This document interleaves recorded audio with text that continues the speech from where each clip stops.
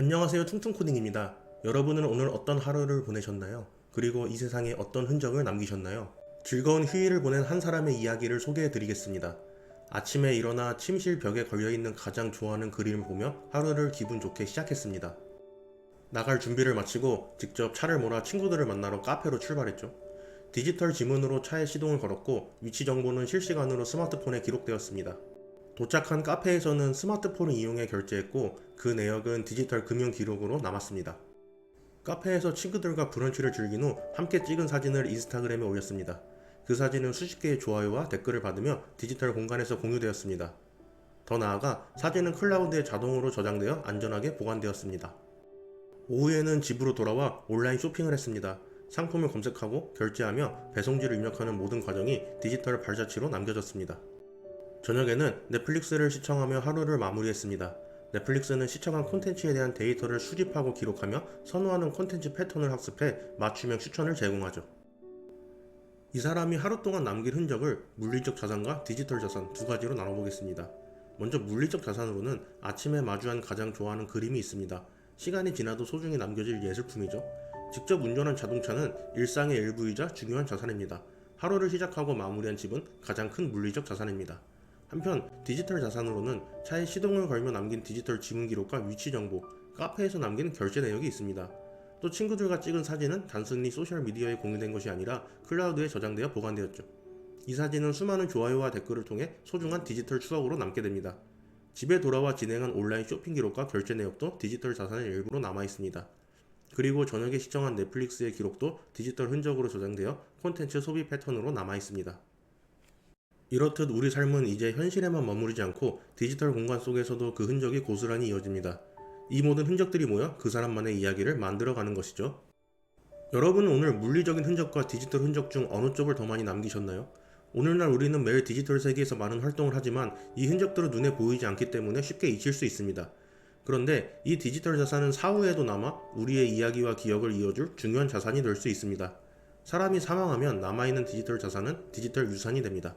이번 영상에서는 이 디지털 유산의 개념을 중심으로 이야기를 나눠볼까 합니다. 디지털 유산이란 고인이 남긴 디지털 형태로 저장되고 관리되는 자산을 뜻합니다. 우리가 디지털 세상에서 남기는 모든 데이터가 일종의 유산이 되는 것이죠. 디지털 유산에는 다음과 같은 것들이 포함됩니다. 인스타그램, 페이스북, 트위터 같은 소셜미디어에서 남긴 모든 게시물과 상호작용, 수년간 주고받은 개인 및 비즈니스 이메일 데이터, 클라우드에 저장된 사진과 영상, 유튜브에 올린 콘텐츠, 암호화폐, 디지털 지갑, 그리고 모든 온라인 결제 기록, 넷플릭스, 스포티파이 같은 스트리밍 서비스에서의 시청 기록과 계정 정보. 이러한 개념들이 중요하게 논의되기 시작한 시점은 2010년대부터입니다.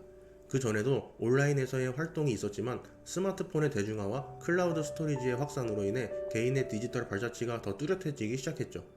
특히 사람들이 소셜미디어에 남기는 개인 데이터와 암호화폐 같은 디지털 금융자산이 점점 더 중요한 자산으로 인식되면서 디지털 자산의 개념은 더욱 구체화되고 있습니다. 이후 2015년 미국에서는 디지털 자산을 관리하고 상속할 수 있도록 하는 법적 제도가 마련되었습니다. 이 법은 사용자가 사망한 후에도 그의 디지털 자산이 안전하게 관리될 수 있도록 돕는 역할을 합니다. 이제는 많은 기업들이 디지털 유산을 어떻게 보존하고 관리할지 고민하고 있습니다. 구글의 휴면 계정 관리자 기능은 사용자가 일정 기간 동안 계정에 로그인하지 않으면 미리 지정한 연락처에게 데이터를 전달하거나 계정을 삭제하는 설정을 제공합니다. 이를 통해 디지털 유산을 미리 관리할 수 있습니다. 페이스북의 기념 계정 기능은 사망 후에도 계정을 보존하며 친구들이 추억을 공유할 수 있도록 합니다. 계정은 더 이상 수정되지 않지만 기존 콘텐츠는 계속 볼 수 있습니다. 애플은 유산 관리자 기능을 통해 사용자는 신뢰할 수 있는 사람을 지정하여 사망 후 애플 계정 데이터에 접근하고 관리할 수 있도록 설정할 수 있습니다. 이러한 서비스들이 있지만 디지털 유산을 관리하는 데에는 몇 가지 어려움이 존재합니다. 주요 기업들의 각 플랫폼이 디지털 유산을 관리하는 방법이 달라 통합 관리가 어렵습니다. 사용자나 유족이 각각의 플랫폼에서 개별적으로 관리 절차를 거쳐야 하므로 복잡합니다. 디지털 유산 상속에 대한 법적 규정이 국가마다 다르거나 미비해 유족들이 계정에 접근하는 데 어려움을 겪는 경우가 많습니다. 사망 후 계정의 데이터 접근 권한 설정이 불명확하면 개인정보 유출 위험이 큽니다. 해킹 등으로 민감한 정보가 노출될 수 있어 철저한 프라이버시 정책이 필요합니다. 특히 암호화폐나 디지털 금융자산은 한번 접근 권한을 잃으면 복구가 어려울 수 있습니다. 이를 방지하기 위해 철저한 보안 관리가 필요합니다. 디지털 유산을 반대하는 입장도 있는데 다음과 같은 이유들이 있습니다. 잊혀질 권리는 사용자가 자신의 온라인 정보나 기록을 삭제하고 사망 후에도 남아있는 디지털 유산이 원치 않는 방식으로 공개되지 않도록 보호할 수 있는 권리입니다. 소셜미디어 계정이나 개인 데이터는 사망 후에도 남아있게 됩니다.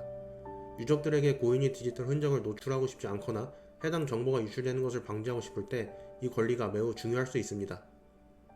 사망 후 소셜미디어 계정은 유족에게 위로와 고통을 모두 줄 수 있습니다.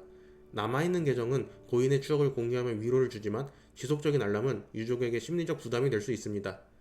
유족들이 고인의 계정을 우연히 마주하거나 사망 이후에도 생전처럼 알람이 뜨는 상황은 감정적으로 힘든 경험이 될 수 있습니다.